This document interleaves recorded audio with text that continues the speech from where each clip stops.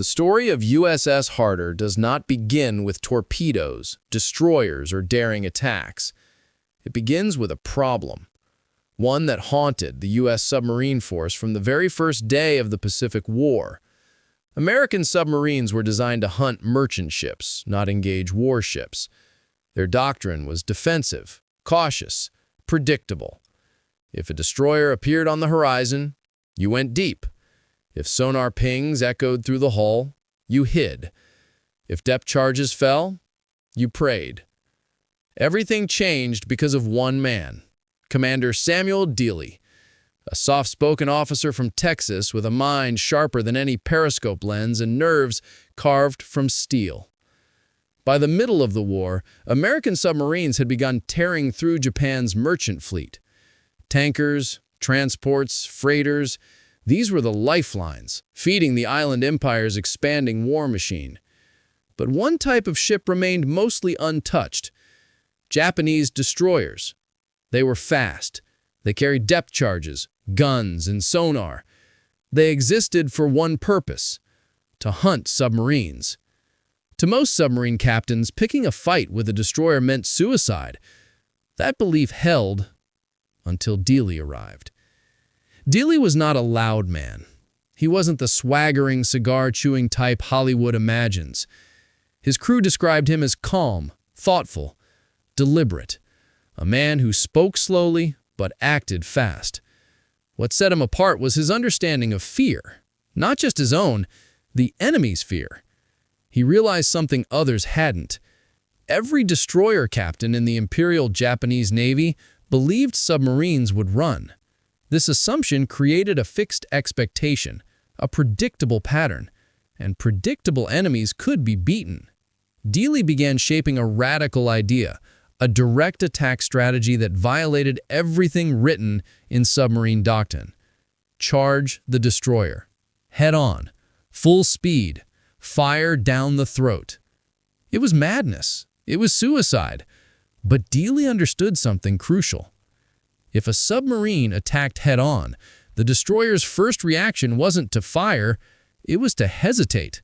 Just 12 seconds of hesitation, but in naval combat, 12 seconds is a lifetime. Torpedoes travel at 46 knots. That hesitation was all they needed to lock on, run true, and strike. And USS Harder, SS-257, became the perfect platform for this revolution. Harder wasn't faster or stronger than other Gado-class submarines. She wasn't more advanced, she didn't carry more torpedoes, but she carried something more important: a crew that believed in their captain. From the bow to the stern, from the forward torpedo room to the conning tower, the men of Harder trusted Dealey completely. They had seen the impossible become possible. They had watched targets explode where no torpedo should have reached. By Harder's 5th War Patrol, this crew operated like a single organism, wired for aggression, trained for precision, prepared to follow their captain into hell. They didn't know it yet, but they were about to rewrite the history of undersea warfare. The Pacific was tightening. Japan's supply lines were collapsing. Every ship mattered. Every convoy became a desperate lifeline. Dealey took Harder on what would become one of the most astonishing patrols in naval history, a 5-day hunt where a single submarine would attack and destroy destroyers at point-blank range again and again. This was no longer about sinking ships. It was about crippling the Japanese Navy itself. And the first sign of what Harder was about to accomplish came in a narrow passage shrouded by fog and tension, where sonar pings echoed like heartbeat pulses through the hull. Dealey ordered all ahead full. Stand by to fire. Not dive, not evade. Attack. A new era of submarine warfare was about to begin. Harder's sonar screen glowed faintly in the red-lit control room. Every man on board could feel the tension in the air. Not fear, but focus. That razor-thin edge between life and death that submarine crews learned to live with. At 0512, the sonar operator stiffened. Destroyer screws, bearing 080, closing fast. A destroyer, the one type of ship submariners were trained to run from. But Samuel Dealey didn't flinch. He leaned over the plotting table, eyes calm, voice steady, all ahead full. "Bring her up. We're going right at him." The crew exchanged glances, not because they doubted the order, but because they understood exactly what was coming next. This was the beginning of something new, something the Japanese Navy had never faced. A destroyer charging a submarine was normal. A submarine charging a destroyer was unthinkable. Most destroyer captains expected a submarine to dive immediately. They prepared for sonar hunts and depth charge runs. Not this. As Harder raced forward, the Japanese destroyer's captain hesitated. 12 seconds. That was all. But those 12 seconds decided the battle. Dealey barked the words that would echo through submarine history. Fire! 4 torpedoes left Harder's forward tubes, white streaks slicing through the dark water. The Japanese destroyer's bridge crew finally realized what was happening. Too late. The explosion tore through the destroyer's forward magazine. A fireball erupted. The bow lifted. Steel plates ripped apart like wet paper. The Japanese destroyer plunged nose first into the sea, disappearing in less than 2 minutes. A submarine had just killed one of its most dangerous predators, not by hiding, not by escaping, but by charging straight at it. This moment sent shockwaves through the Imperial Japanese Navy, and it was only the beginning. Nearby warships couldn't understand what happened. Their sonar operators reported, "Submarine? Charging us?" Some commanders refused to believe it. Submarines weren't supposed to do that. Doctrine said it never happened. But Harder was rewriting doctrine every minute she stayed on patrol. Dealey ordered Harder deeper, but not to hide. He was repositioning, reloading, preparing for the next attack. His philosophy was simple: stay aggressive, stay unpredictable. Every man on board felt it. Harder wasn't hunting ships, she was hunting destroyers. Hours later, sonar picked up another contact, another destroyer approaching, same bearing. The Japanese Navy had sent reinforcements. They believed Harder was fleeing. They believed she was wounded, desperate to escape. They believed wrong. Dealey repeated the same order: all ahead full. Even the most seasoned crewmen felt the familiar surge of adrenaline. Charging a destroyer once was daring. Charging twice in a single day was insanity. But the crew trusted Dealey. They knew something the Japanese didn't. Destroyers take time to turn, time to aim, time to react. Harder needed only seconds. At 1,100 yards, Dealey fired. Another down-the-throat shot. Another explosion. Another destroyer vanishing beneath the sea. 2 kills in a single day. Harder had become something new. Not a submarine, not a hunter, but a weapon of psychological warfare. By nightfall, Japanese convoy commanders were panicked. Radio reports flooded the airwaves. Submarine attacking head-on. Impossible torpedo angles. Destroyers sunk in minutes. One commander wrote in his log, "The enemy submarine fights like a surface ship. It charges like a wolf." That name stuck. The Wolf of the Pacific. And Harder had only begun her hunt. The Pacific has its own way of judging men. Some earn survival. Some earn legend. And a rare few bend the very rules of war through sheer will. And between June 6th and June 10th, 1944, the USS Harder and her commander Samuel Dealey entered that final category as 4 destroyers were sunk in 4 days, each killed in a way naval doctrine insisted was impossible, not through coincidence, but through method, innovation, and a psychological weapon disguised as a submarine. On the first day at the Daito Islands, as Japanese radio stations echoed panic at the idea of a submarine charging destroyers, Dealey positioned Harder not to hide, but to intercept. and at dawn he ambushed the first destroyer with a direct hit before repeating the tactic hours later on the second, revealing a submarine that hunted the hunters. The next day at Tawi Tawi, facing a more cautious and unpredictable destroyer, Dealey waited for a single wide turn, then surged forward, fired, and split the ship mid-maneuver, making it 3 in 2 days.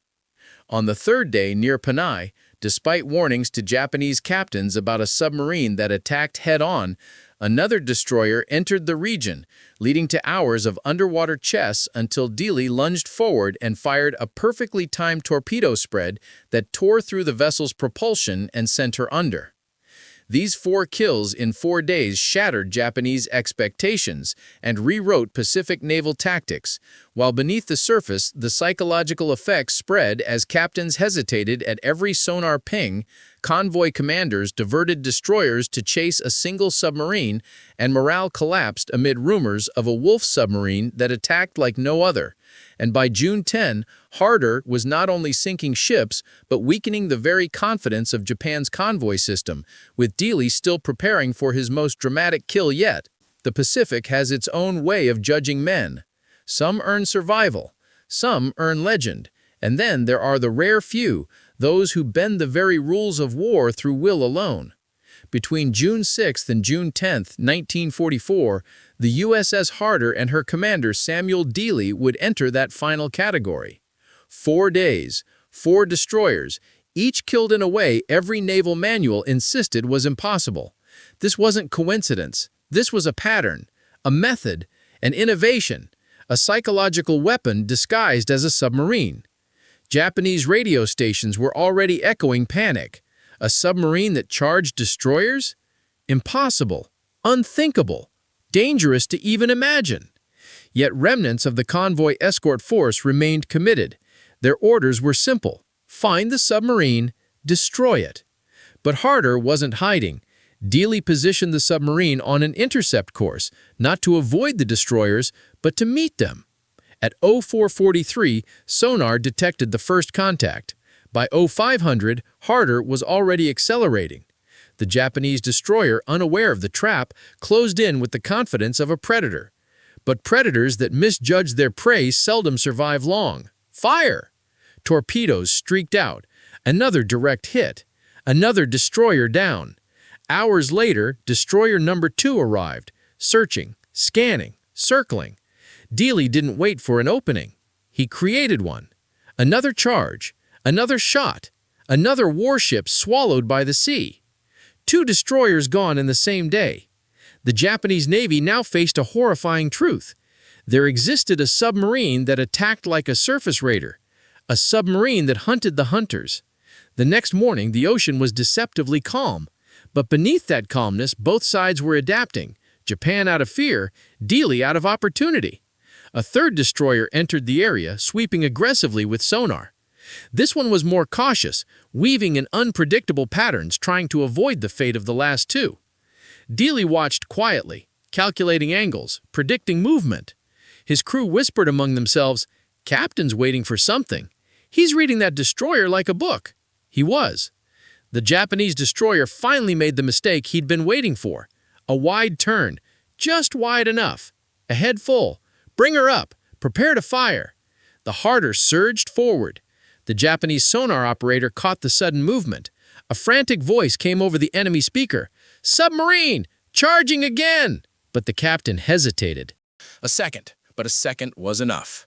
Harder's torpedoes struck mid-turn. The destroyer's hull split like a cracked shell.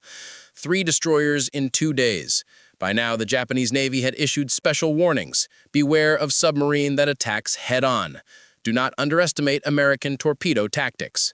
But warnings cannot replace experience, and few captains had the experience to fight a submarine like Harder. On June 8th, a 4th destroyer moved into the region. This one was alert, guns ready, sonar sweeping in rapid bursts. For hours, both vessels circled each other in a deadly underwater chess match. Harder maneuvered silently. The destroyer answered with aggressive passes.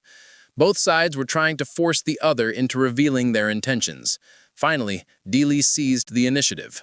Harder lunged forward. The destroyer captain recognized the tactic instantly. He'd heard the stories. He tried to counter, but countering a torpedo solution delivered with perfect timing is nearly impossible. 4 torpedoes left the tubes at 46 knots.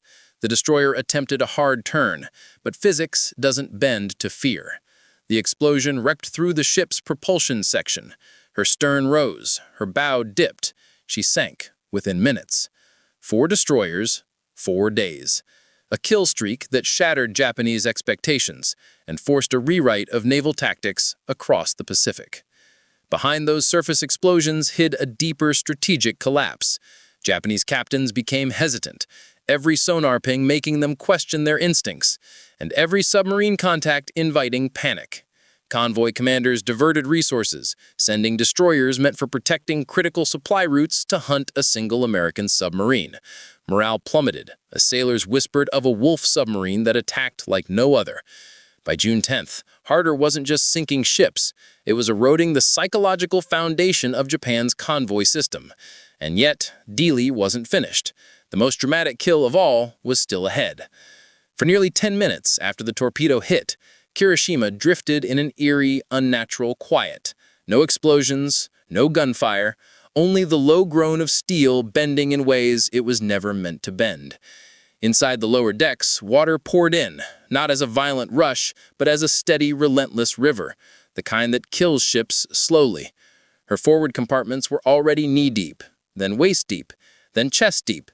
And this was the moment Japanese officers realized the truth that no one dared speak out loud. Kirishima was dying. But death for a battleship rarely comes quickly. It comes through a cascade of failures, each one small, each one survivable, until suddenly they aren't.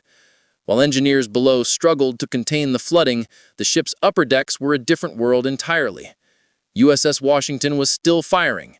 The night sky lit up in strobes as 16-inch shells arced like silent meteors. They did not whistle. They did not scream. They simply arrived with the weight of a freight train. One shell smashed into Kirishima's starboard gun turret, locking its rotation. Another tore through the superstructure, severing electrical cables that were older than many of the sailors who fought beneath them. Fire spread across the middeck, feeding on everything: paint, cloth, paper, even flesh. Yet, Kirishima continued to fire back. Her 14-inch guns roared again and again, even as their firing arcs narrowed, even as her listing grew worse, even as the bridge filled with smoke so thick that officers had to crouch low to breathe. This wasn't strategy anymore. It was defiance. At 01:50 a.m., Admiral Abe's surviving staff delivered a message to Kirishima's captain. Maintain position, shield the damaged ships, do not withdraw. A death sentence, styled as an order.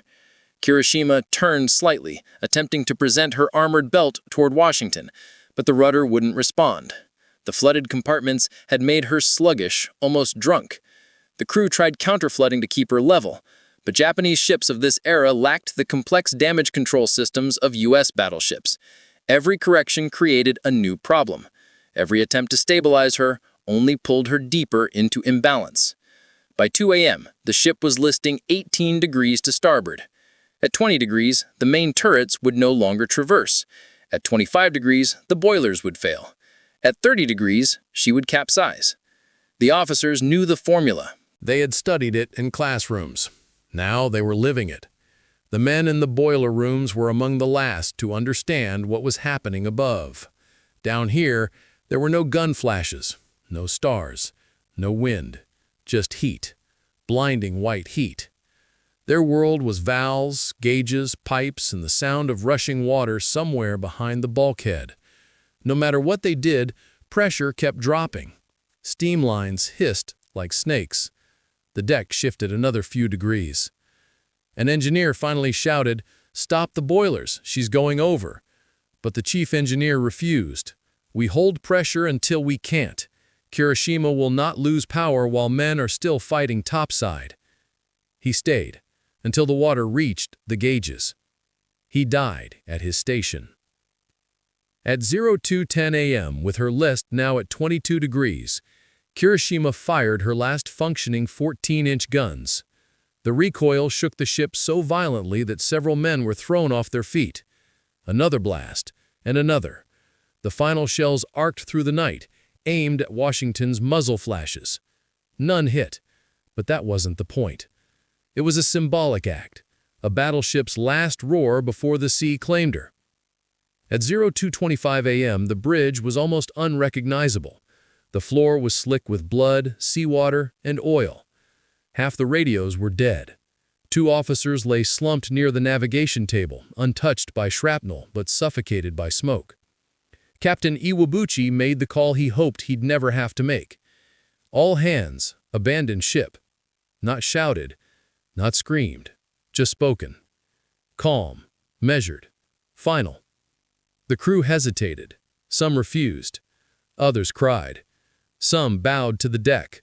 Many touched the steel, one last goodbye. Kirishima had been their home, their identity, their pride. Loyalty to a ship can be as deep as loyalty to a nation. By 3 a.m., she was on her side. The sea poured in through open turrets, portholes, ventilation ducts. Sailors clung to ropes. Some could not swim. Some would not leave. A great groan echoed from the hull, like a wounded animal.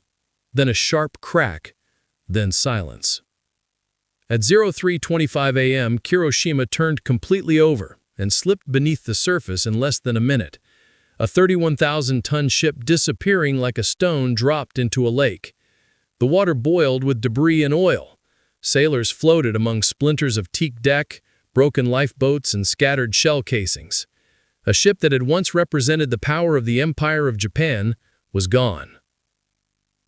When Kirishima finally slipped beneath the surface, the battle did not end. Not in spirit, not for the men still alive in the water. The sea was dark, but no longer calm. It was filled with oil, thick, black, bitter. It clung to faces. It coated uniforms. It filled mouths with a taste that many survivors would remember for the rest of their lives.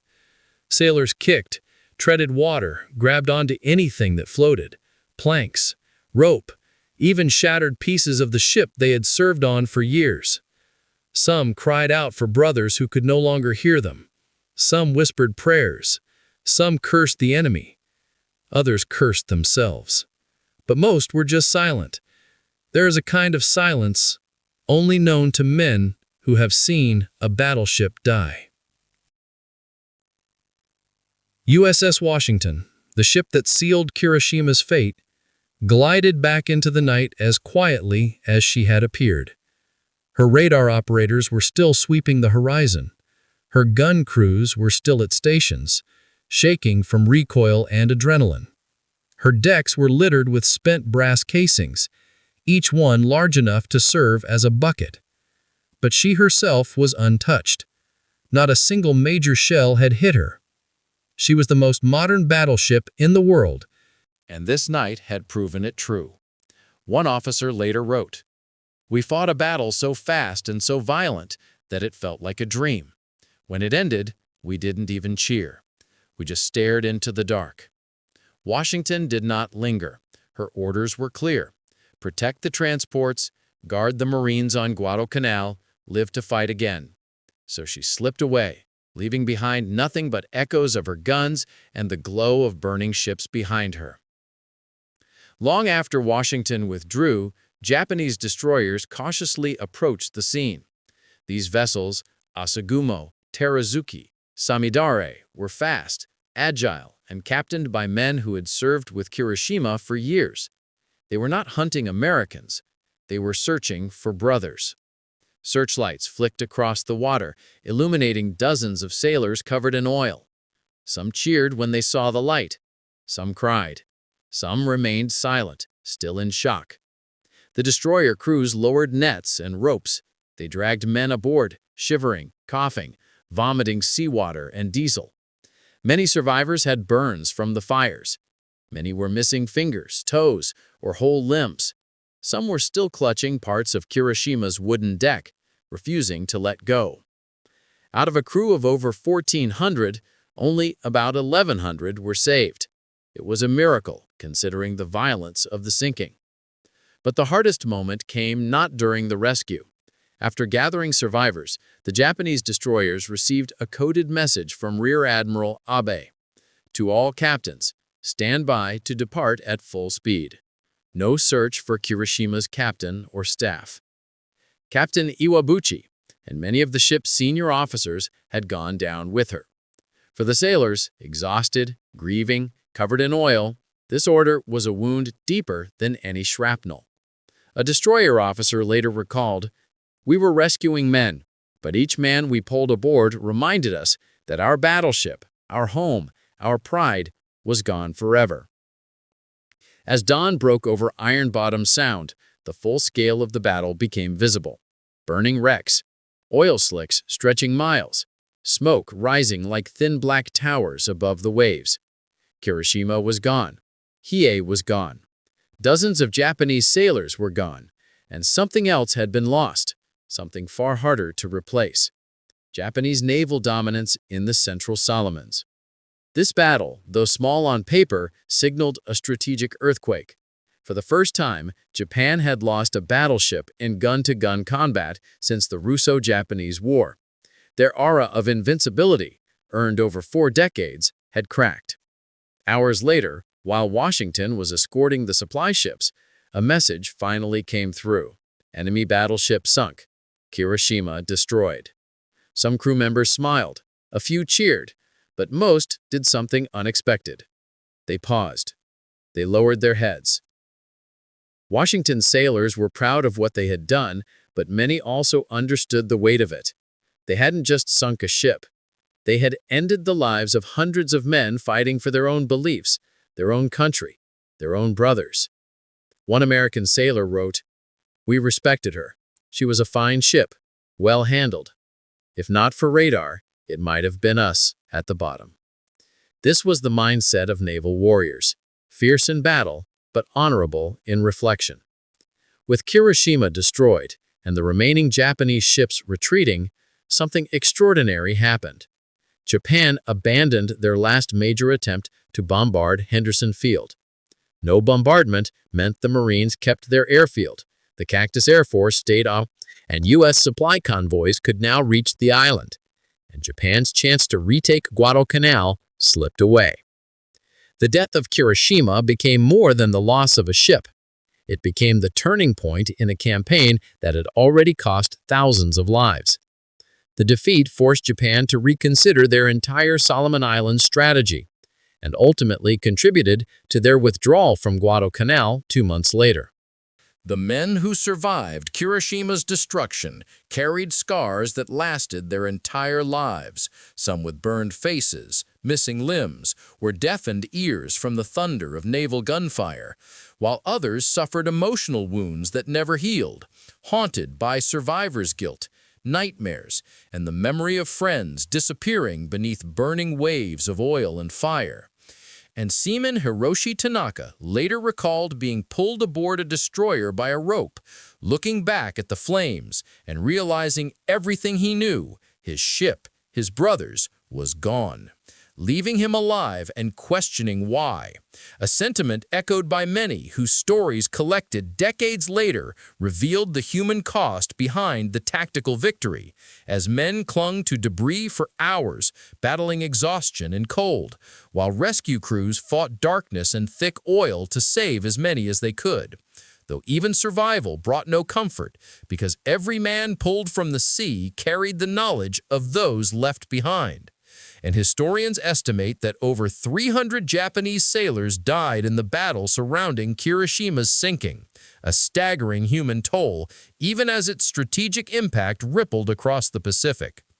The battle also showcased a revolutionary shift in naval warfare, as Washington's radar operators detected Kirishima long before visual contact, while advanced fire control systems and targeting computers enabled rapid, precise salvos at extreme distances, and the ship's speed and modern maneuverability allowed her to position, strike first, and dictate the engagement, demonstrating that electronics, intelligence, and disciplined crews could dominate a traditional battleship duel. And Rear Admiral Willis Lee noted that victory came not from luck, but from readiness, men, systems, and minds prepared for the moment. Naval historians have studied the engagement for decades and point to night combat, surprise positioning, speed, fire discipline, and the ability to concentrate salvos on Kiroshima's vulnerable sections as the factors that enabled Washington to destroy a battleship in under an hour with virtually no damage in return. And beyond tactics, the psychological impact on Japan was immense, as commanders hesitated in future night battles, fearing invisible radar-guided firepower, while confidence in battleship supremacy eroded, and Japan's ability to project strength in the Solomons rapidly declined, with even Rear Admiral Chibe writing privately that Kiroshima's loss wounded the spirit of the fleet and would influence every decision going forward. The destruction of Kirishima became a defining case study for generations of naval officers, featured at the Naval War College to teach radar integration, night combat, communication, and situational awareness, marking the turning point from traditional battleship duels to modern radar-driven naval warfare.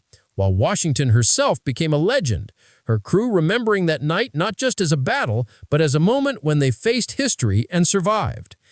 Even decades later, underwater explorations of Iron Bottom Sound reveal fragments of the fight, armor plates from Kirishima torn open by shells, and brass casings from Washington resting on the seafloor. Silent evidence of the night when courage, technology, and disciplined aggression reshaped the course of the Pacific War. The destruction of Kirishima was not just a single battle victory. It had far-reaching consequences for the Guadalcanal campaign. The loss of Kirishima, combined with the earlier sinking of Hei, left the Japanese battleship force severely weakened in the South Pacific. Japanese forces were forced to withdraw from offensive operations around Guadalcanal, ceding naval dominance to the U.S. Navy. Without battleship support, Japanese resupply convoys faced constant threats from submarines and air attacks, exacerbating shortages on Guadalcanal. Admiral William Halsey, commanding U.S. forces in the South Pacific, later noted, "With Kirishima gone, the Japanese lost the initiative. We could press forward, not merely contesting the seas, but controlling them. The tactical victory became strategic leverage. The American forces could now consolidate positions, strengthen supply lines, and plan subsequent offensives with a much higher degree of certainty. The engagement highlighted a revolutionary shift in naval doctrine. Integration of technology and human skill. Radar, fire control computers, and sonar were only effective because crews were trained to act decisively on the information they provided. Night combat doctrine. Prior reliance on daytime gunnery duels was obsolete. Mastery of night operations became essential. Destroyers and screening forces. While battleships threw attention, destroyers now proved crucial for screening carriers and protecting supply lines. Psychological warfare. The sudden, precise destruction of a capital ship at night instilled fear in Japanese crews, affecting decision-making in subsequent engagements. Naval tacticians around the world studied this battle for decades, emphasizing that technological superiority must be coupled with aggressive, well-trained leadership to achieve decisive outcomes. The loss of Kirishima forced the Japanese Navy to reconsider offensive operations across the Pacific. Fleet movements became more cautious. Commanders avoided risks in night engagements. Aircraft carriers were increasingly relied upon to replace battleship firepower, shifting the balance in naval aviation. Japanese operational planning was delayed, often resulting in missed opportunities to reinforce critical positions. Historians agree that this battle accelerated Japan's strategic decline in the Solomon Islands. The inability to counter U.S. naval dominance at Guadalcanal allowed Allied forces to solidify positions, eventually paving the way for offensives in New Georgia, Bougainville, and the central Solomon Islands. While strategic lessons were clear, the human cost remained sobering.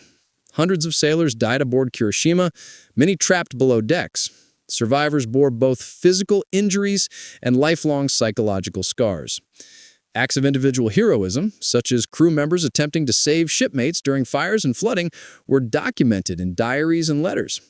These stories emphasize a universal truth of naval warfare. Beyond strategy and technology, it is courage, discipline, and sacrifice that determine outcomes. The battle's lessons shaped U.S. naval doctrine for decades. Carrier-centric warfare. Battleships lost their primacy as air power proved decisive in both attack and reconnaissance.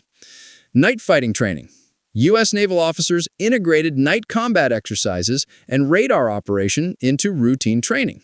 Aggressive tactics. Commanders were encouraged to seize the initiative rather than retreat under threat, inspired by actions like those of Harder's D.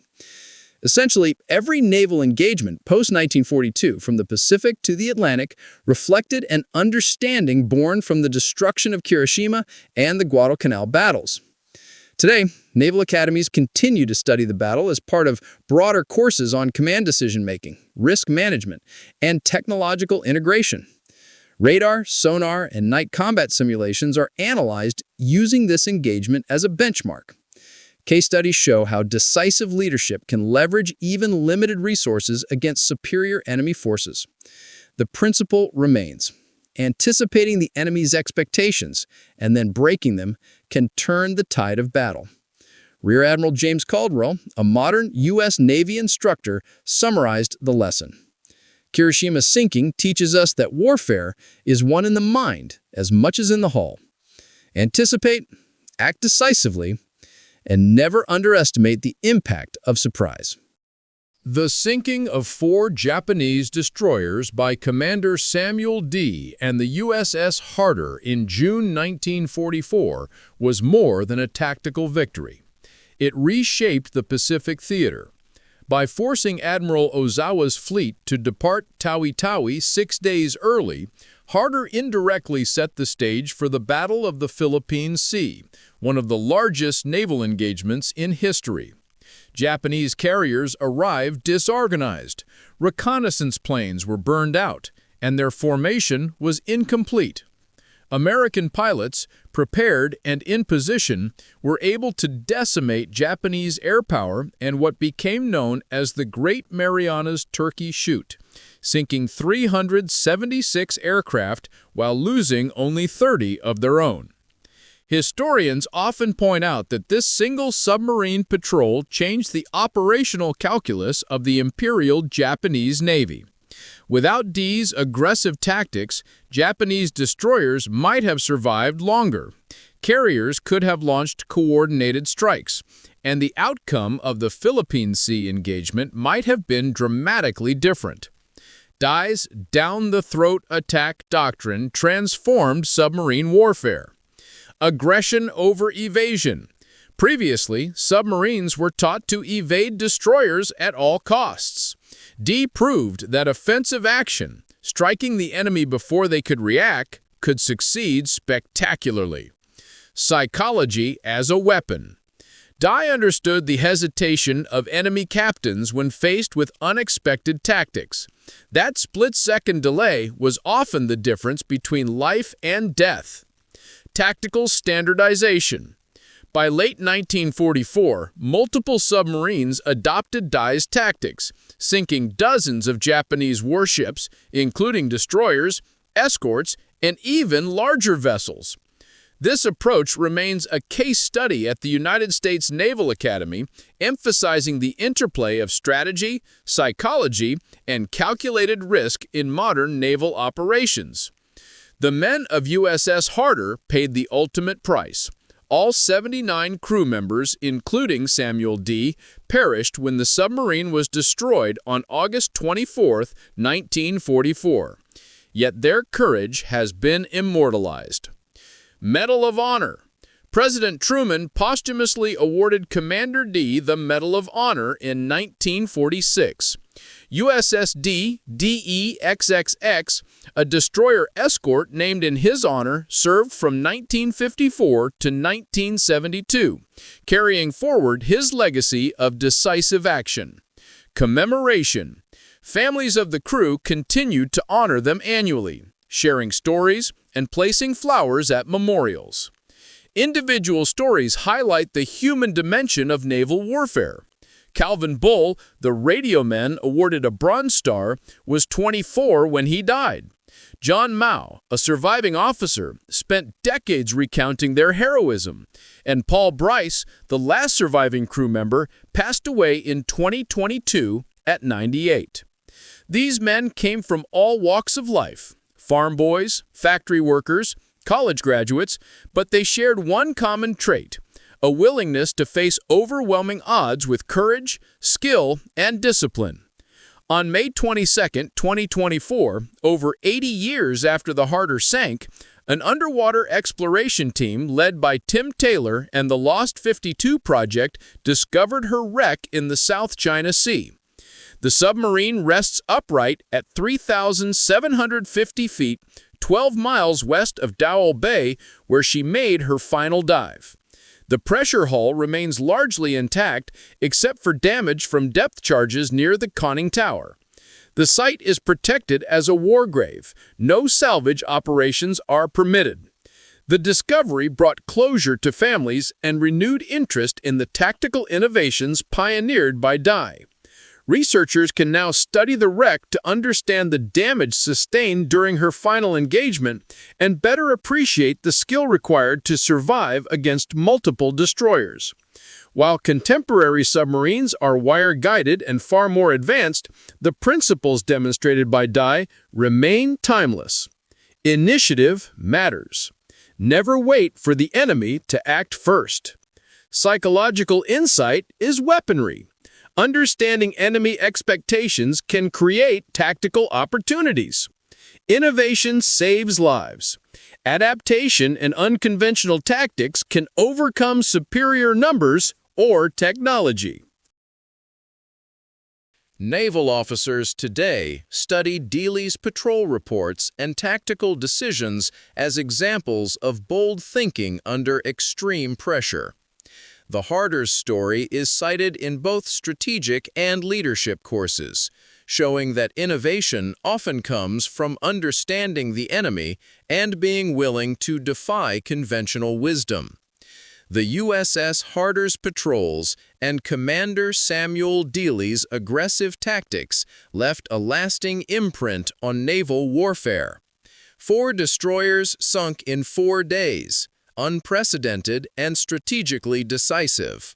A mobile fleet forced to depart prematurely, leading to a decisive American victory at the Philippine Sea.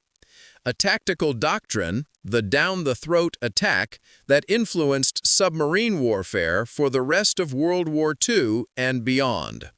Though the crew is gone, their bravery, ingenuity, and sacrifice remain lessons for future generations. Every torpedo fired, every maneuver executed, every calculated risk taken by Dealey and his men reflects a truth that echoes through naval history. Courage, skill, and innovation can shape the course of wars and leave a legacy that outlives those who paid the ultimate price. Commander Samuel Dealey and the 79 men of USS Harder will never be forgotten. Their story serves as a reminder that even in the most perilous circumstances, audacity and precision can change history.